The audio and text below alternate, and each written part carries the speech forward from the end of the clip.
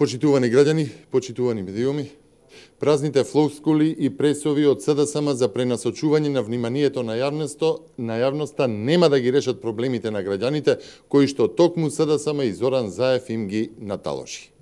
Пред се станува збор за економската бездна во која Заев и неговиот картел ја втурнаа Република Македонија, како и лажната представа која што ја креира Заев и неговото Министерство за вистина за некаква добробит од спогодбата со Грција. И граѓаните и меѓународната јавност се свесни дека носечкиот столб за евроатлантските интеграции е ВМРО ДПМН.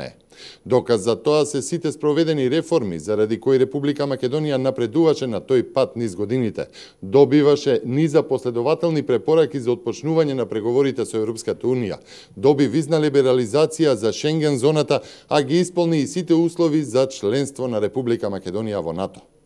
Тие препораки и покани беа добиени врз основа на работа и постигнување на критериумите спроведени токму од ВМРО ДПМН. При тоа, граѓаните ги чувствуваа придобивките и во животот и во односите со администрацијата и придобивките во економијата, внатре во семејствата. Годинава Зоран Заев и неговата свита не ги отпочнаа преговорите за членство во Европската Унија, туку добија датум за датум од Европската Унија и можност за иста формулација за НАТО. Но неработењето не е забележано само од тие институции. Всушност, Зоран Заев и СДСМ немаат одговор пред потребите на граѓаните. Зоран Заев ги предаде македонската историја, идентитет, посебност, го предаде постоењето на македонците и македонството на соседите. И сега го лаже народот, поврзувајќи го предавството со евроатлантските интеграции. Тоа е недозволиво. Тоа е оттргнување на граѓаните од вистинските вредности и придобивки, поврзувајќи ги со предавство, капитулација и притисок за самоукинување. Зоран Заев молчи за добиените отворени шлаканици од Атина за секое споменување на придевката македонско, македонска, македонски.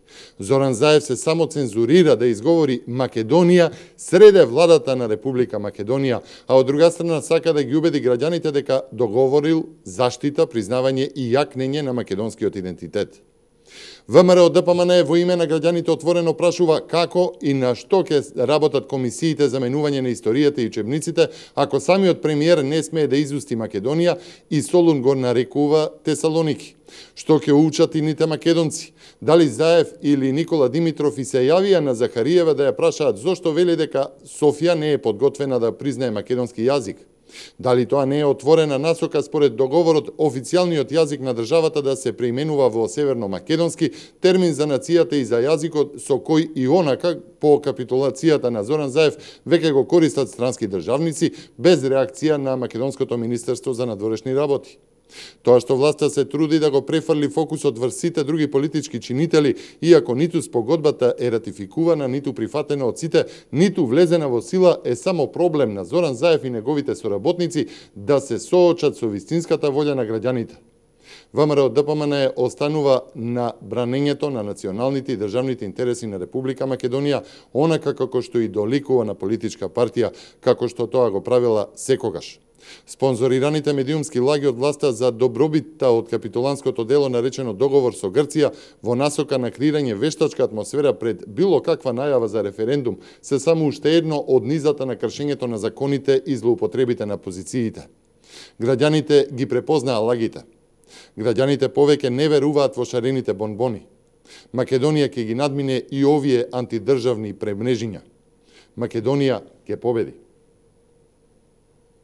Ви благодарам.